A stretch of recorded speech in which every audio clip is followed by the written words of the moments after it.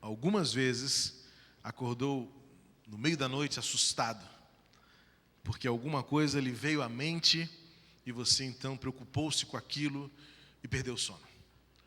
Ou então, pela manhã, mesmo tendo dormido a noite toda, quando você abre os olhos, se dá conta do dia que vai ter, da agenda, e então você já levanta angustiado, preocupado. Será que vai dar certo? Preocupação. Todos nós as temos. E interessante que em português a palavra preocupação ela tem uma composição, uma morfologia muito interessante e muito apropriada para uma reflexão como essa de hoje. Porque é você ocupar-se previamente com alguma coisa. Alguém já disse que preocupação é desperdiçar o seu tempo de forma absolutamente inútil. Porque, em geral, a preocupação se refere a coisas que você não pode fazer ainda. Há um estudioso do comportamento humano chamado Dr. A.J. Cronin, que afirma, por meio dos seus estudos sobre a preocupação, de que 40% das coisas com as quais nos preocupamos nunca acontecerão. Pode imaginar um negócio desse? A gente se preocupa com 40%, das coisas com que nos preocupamos, 40% delas nunca acontecerão. 30%, algumas vezes vivemos angustiados com preocupações, com coisas que ficaram no passado e não podem mais acontecer novamente. Dentre essas estatísticas também ele descobriu que 12% são preocupações desnecessárias com a saúde.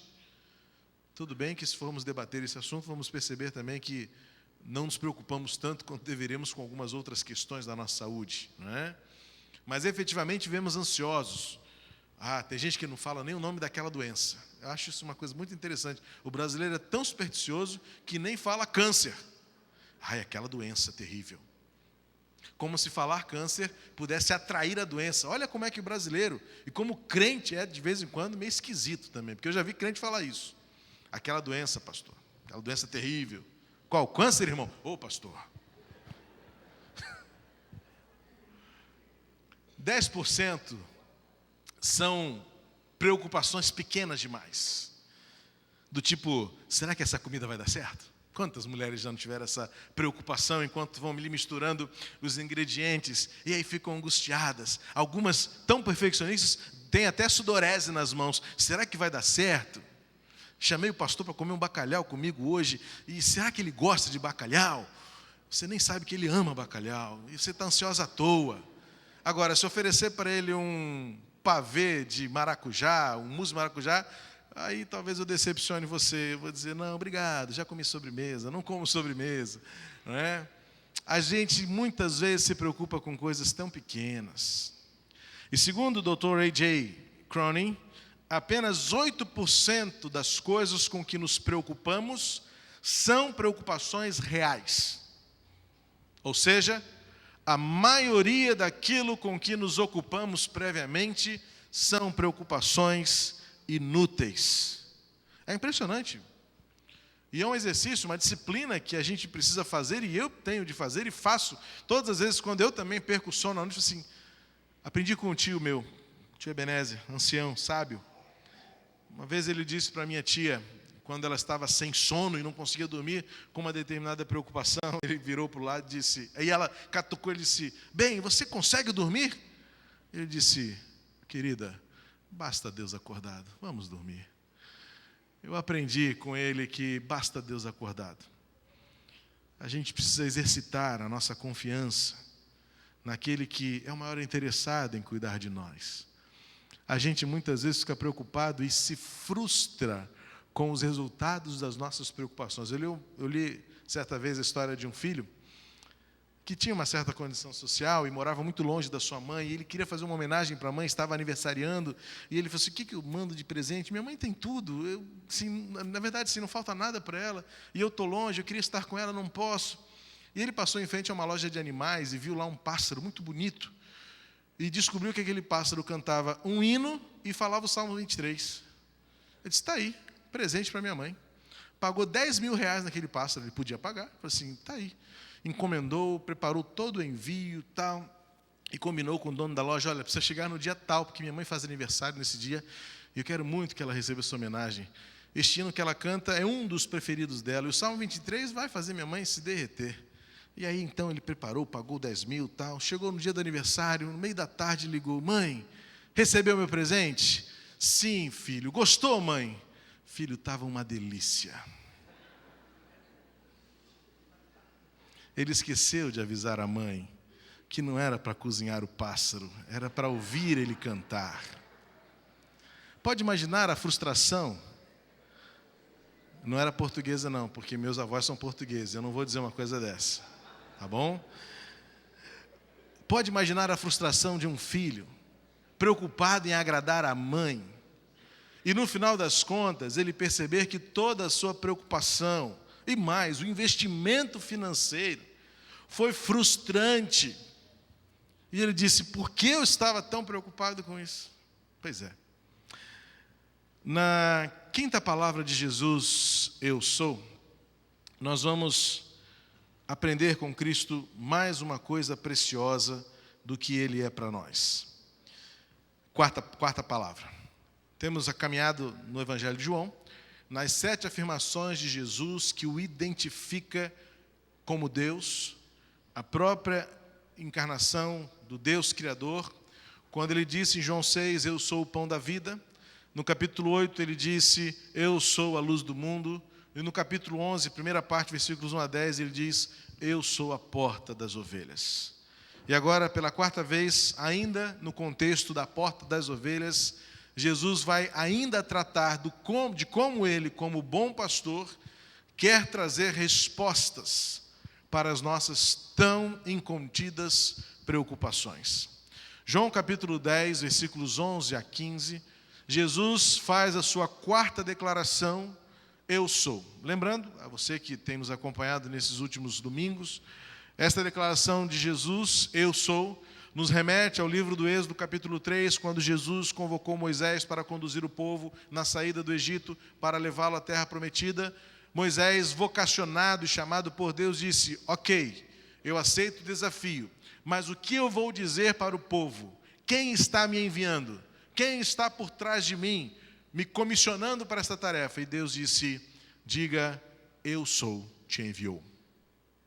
E então Jesus vai, séculos e séculos depois, quase 2.000 anos depois, afirmar para os seus seguidores, eu sou.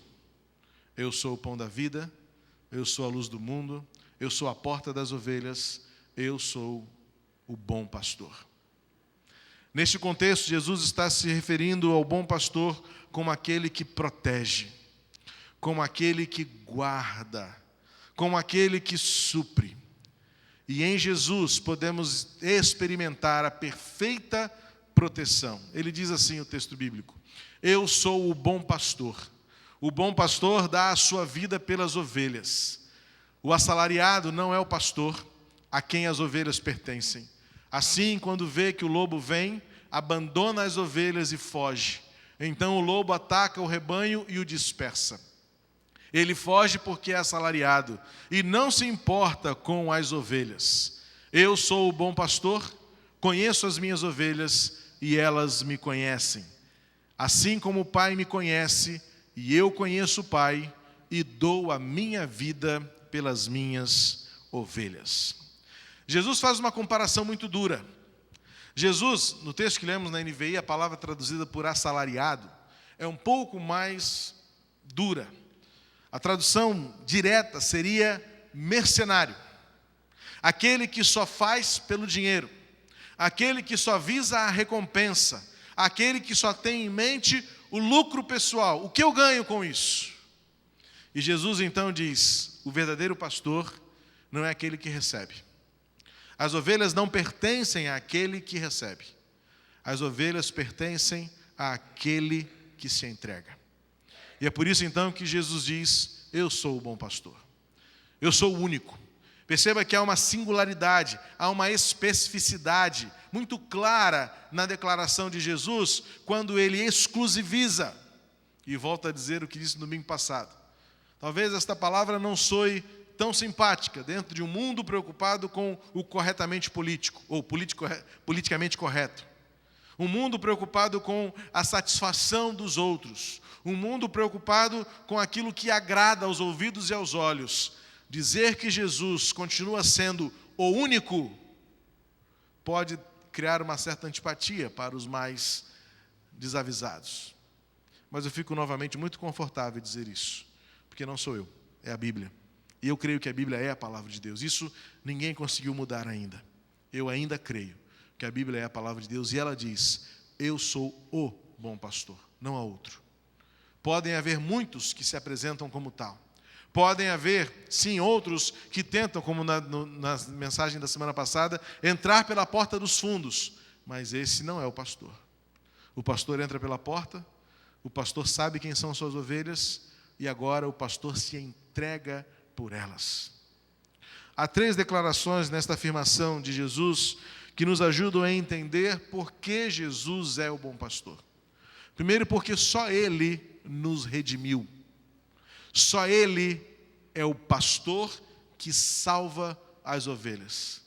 A comparação de Jesus ela é muito clara para aquele contexto, muito óbvia, mas também se aplica para nós hoje, quando Ele diz: aquele que é assalariado, no sentido do mercenário, aquele que só faz pelo que ganha, aquele que só faz pelos seus próprios interesses, aquele que muitas vezes quer o seu nome estampado na placa da frente do rebanho, aquele que quer a honra pessoal, esse, quando vem o aperto, foge.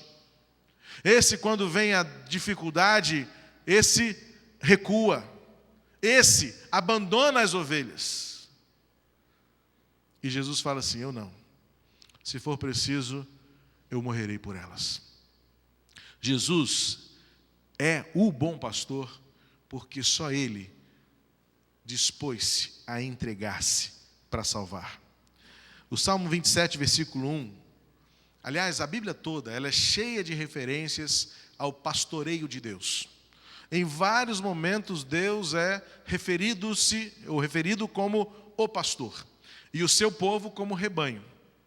No Salmo 27, versículo 1, o salmista já declara a sua alegria e o seu entusiasmo por saber que este que é o pastor, cuida, guarda e salva. Ele diz: a quem temerei? Por quê? Porque o mercenário, o falso pastor, aquele que me leva à morte, ele me abandona e ele me dá medo. Mas Jesus Cristo é o meu refúgio. Jesus Cristo é a minha proteção. Com Jesus, todas as preocupações se esvaziam, porque Jesus toma sobre si aquilo que me amedronta. Ele me salva. O Salmo 118, versículo 6, o salmista diz assim: o Senhor está do meu lado. Que maravilha! Saber que quando nós perdemos o sono à noite, saber que quando acordamos angustiados pelo dia que está por vir, quando temos diante de nós missões e responsabilidades que nós sabemos que são muito maiores do que nossa capacidade, podemos declarar como salmista: o Senhor está comigo. A palavra presente em nosso coração, a palavra memorizada, nos dará condições de enfrentar as circunstâncias, as experiências e enfrentar as preocupações, sabendo que elas não têm poder de tirar de nós a esperança e a alegria, porque declaramos como salmista: o Senhor está comigo. E ele ainda desafia as circunstâncias: o que me podem fazer os homens? A resposta, num contexto como o de hoje, essa cidade que temos vivido, a resposta é: os homens podem me matar. Como mataram uma professora em Niterói, como mataram policiais, como matam crianças. E nós podemos dizer: não, os homens podem matar. Mas eu posso dizer como o apóstolo Paulo: para mim viver é Cristo e o morrer é lucro. Amados, o que nos falta é uma experiência de verdade com Jesus, para que possamos enfrentar as circunstâncias apegados a Ele. Grande parte das nossas preocupações são inúteis e são reflexos da nossa imaturidade cristã.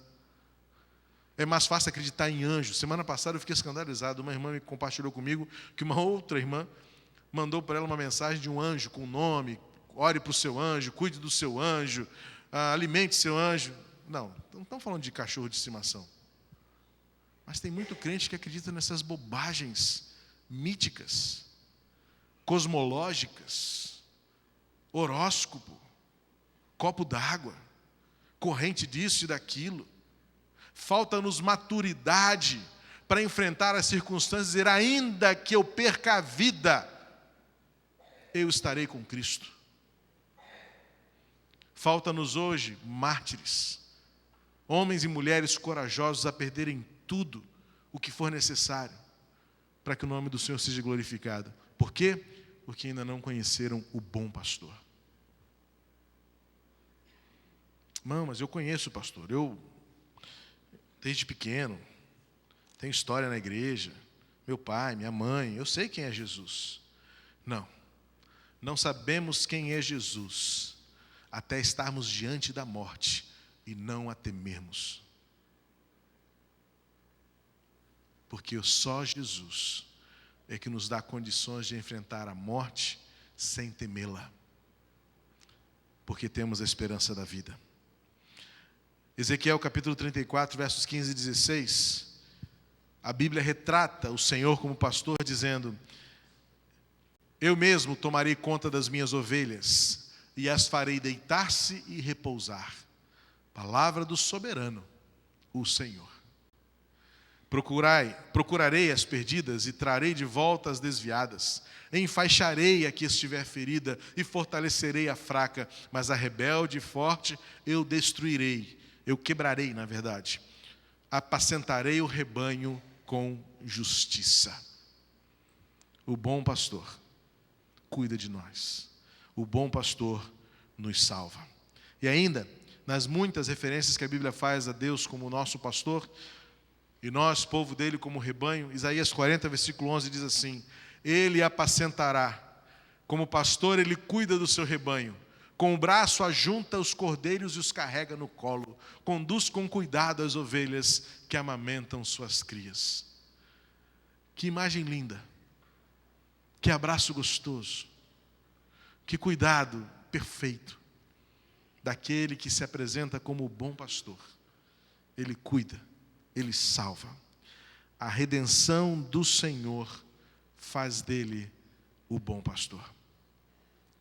Não só a sua redenção, mas também Jesus é o bom pastor, porque ele é o único que nos dá vida. A ressurreição de Jesus nos faz crer que ele é único. Avançando um pouco mais na Bíblia, e para entender onde é que o bom pastor entra nessa história como aquele que vive para sempre, o escritor aos Hebreus capítulo 13, versos 20 e 21 diz assim: o Deus da paz, que pelo sangue da aliança eterna trouxe de volta dentre os mortos o nosso Senhor Jesus, o grande pastor das ovelhas. A morte de Jesus não pôde tirar dele o atributo de cuidador, de protetor, de sustentador. Diz assim: os aperfeiçoe. O Deus que trouxe Jesus do reino da morte, o grande sumo bom pastor, os aperfeiçoe em todo o bem, para fazerem a vontade dele. Não só a sua morte, que foi substituta, que foi vicária, que foi salvífica, mas também a sua vida, a sua ressurreição em Jesus, nos dá certeza de que ele fará tudo para cuidar de nós. Ele é o único que ressuscitou. Ele é o único que está vivo. Ele é o único com quem podemos falar. É o único que tem palavras de vida. É o único que tem a verdade. É o único que tem o caminho. É o único que venceu todos os poderes. E o maior de todos, a morte, para nos dar vida. Jesus, o ressurreto, tem poder para cuidar de nós em meio às nossas tão inúteis e algumas vezes tão fúteis preocupações. E no versículo 20, há uma esperança. Jesus Cristo, ele vai operar em nós toda a sua vontade. Ele não descansará enquanto não nos moldar.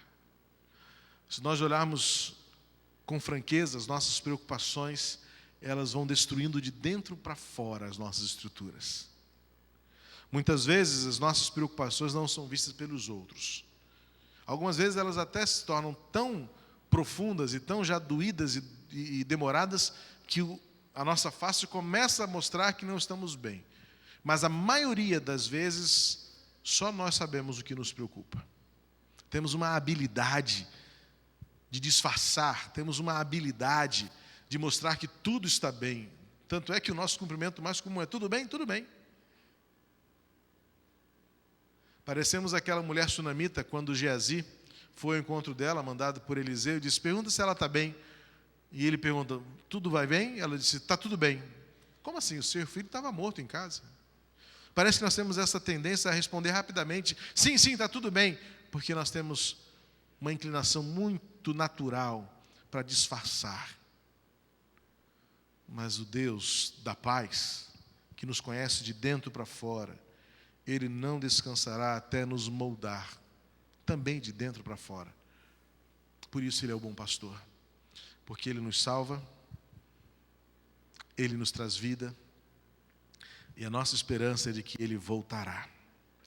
Só o bom pastor voltará para levar consigo o rebanho que Ele nunca abandonou. Também é muito natural, é muito do nosso tempo achar que Deus abandonou a sua criação e que nós estamos muitas vezes esquecidos. Tão natural que o próprio Gideão pensou isso quando o anjo lhe procurou embaixo daquele carvalho e disse: o Senhor está com você. Gideão fala assim: opa, peraí, está comigo como? Meditamos sobre isso aqui na quarta-feira agora. Como Deus está comigo? Meu povo está sofrendo. Os midianitas tiraram tudo de nós.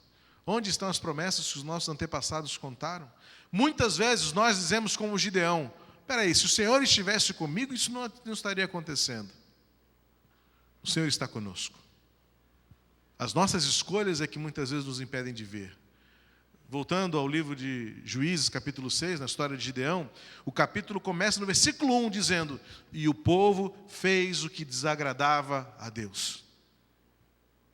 E então vieram os midianitas, e como gafanhotos destruíram tudo que havia sobre a terra do povo de Deus.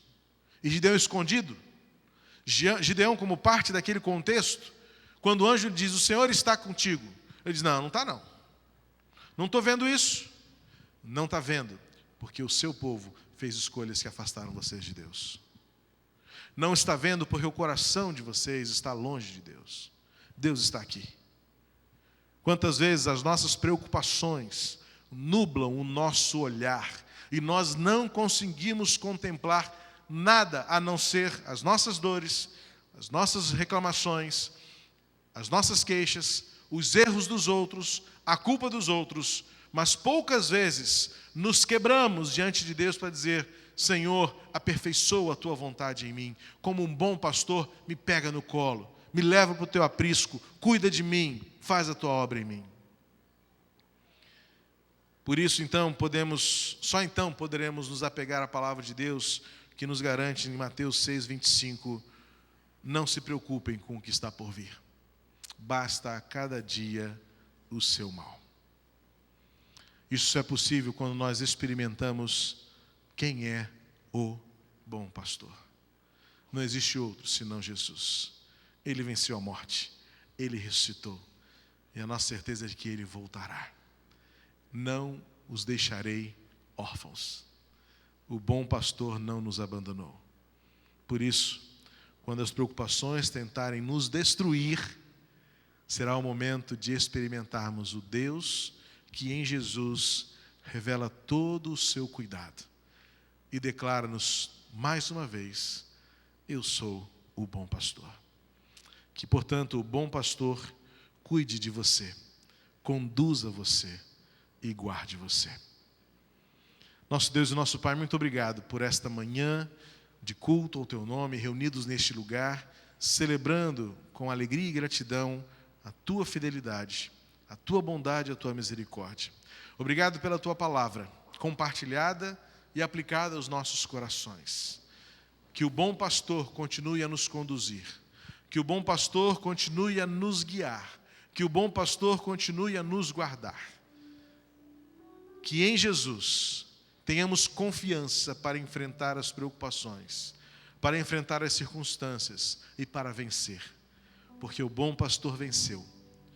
Venceu o pecado, venceu a morte e voltará para nos levar com Ele para o paraíso. Por isso, Senhor, somos-te gratos, porque o bom pastor nos conhece. E obrigado, porque pela fé nós também conhecemos o bom pastor. Obrigado, Senhor, pelo teu amor por nós. E ao despedirmos este culto, leva-nos em paz. Que a tua graça, tua misericórdia e o consolo sempre nos acompanhem. E que o bom pastor nos conduza a lugares firmes, a pastos verdejantes, e que desfrutemos de uma vida constantemente nova, pela glória do bom pastor em nós. Em nome de Jesus. Amém. Amém. Que Deus abençoe sua vida, meu irmão, minha irmã. Um restante de domingo muito abençoado por Deus. Que em nome de Jesus você saia daqui diferente de como você entrou. E volte para servir. E retorne outras vezes aqui para adorar ao Senhor. Deus abençoe. Não saia sem dar um abraço no seu irmão e na sua irmã, em nome de Jesus.